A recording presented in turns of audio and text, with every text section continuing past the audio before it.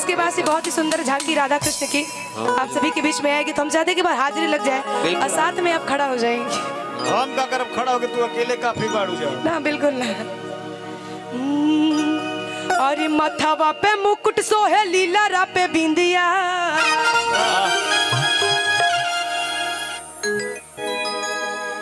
अरे मथवा पे मुकुट सोहे लीला रा पे बिंदिया, सिर पे सवार भैली भैरोजी की दिदिया। हम जानते हैं कि आपकी तरह नहीं गा पाएंगे, एक्सपर्ट नहीं आपकी तरह, लेकिन फिर भी कोशिश करते हैं। कोशिश करने वालों की कभी हार नहीं होती है ना भैया। देखिए हमारे दो भैया बैठे हुए हैं सामने, मुझे सच में नहीं पता था, अभी ये जब बोले तब मुझे पता चला कि अच्छा लग रहा। कुंदन भैया इन्हीं लोग की बात कर रहे थे। क्या बात है। अरे मथवा पे मुकुट सोहे लीला रा पे बिंदिया, सिर पे सवार भैली वो सच्चे दरबार की। और इस भजन के बाद सभी को खड़ा करेंगे हम झूमने के लिए, और सभी को खड़ा होना है, क्या नाम। अरे मथवा पे मुकुट सोहे लीला रा पे बिंदिया,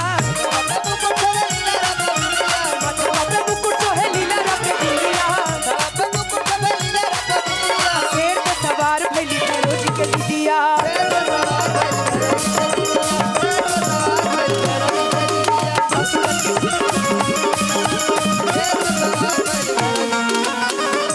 और कहना असुरन के होश उड़ल जाता बन के निंदिया, असुरन के होश उड़ल जाता बन के निंदिया। वो सच्चे दरबार की, शेरों वाली मैया की, सिर पे सवार भैली भैरोजी के दिदिया, सिर पे सवार भैली भैरोजी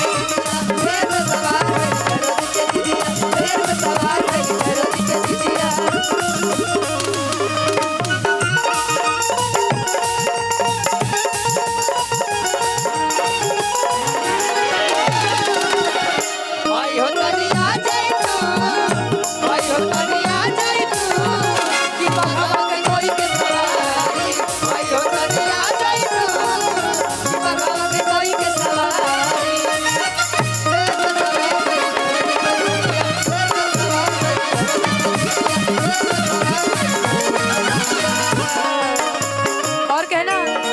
अपने रुद्र रूप में आ जाती है ना, अरे यही समझवा।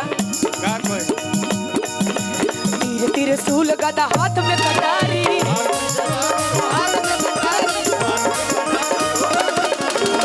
और सुनी 10 भुजा वाली के बाटे चमत्कारी,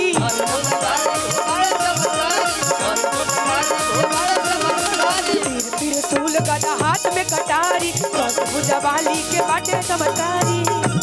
और कहना भैया सुन, अरे मारत गईली असुरन के खात गईली गिधिया। हमारा से कहलूगा कि सुन भैया, भैया तो ना कोनी हम। अच्छा सेंटर यहाँ बनाए, सही बात है। अच्छा अच्छा दिमाग दिए मुझे। अरे मारत गईली असुरन के खात गईली गिधिया,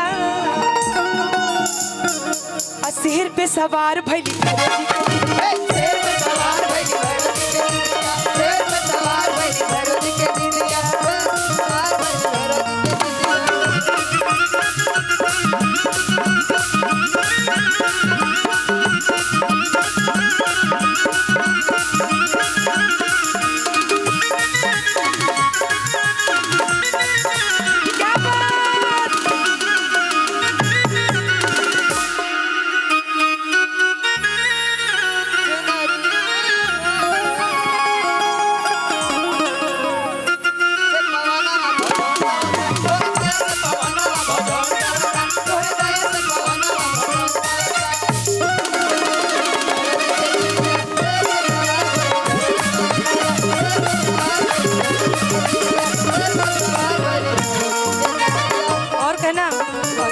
मारी मारी पीली हली भुनवा,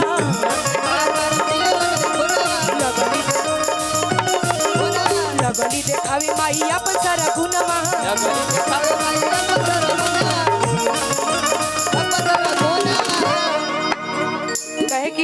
तो जब अपने रूप में आ जाली ना तो केहू के छोड़ी ली ना। हाँ, कल्पना अच्छा, ठीक बा। पटवारी जी। वाह, कल्पना पटवारी ना, नाम सृष्टि दुबे है। क्या भाव है जी। अरे असुरन के मारी मारी पिए लगली खुनवा, वाह वाह, आ लगली देखावे माई अपन सारा गुनवा।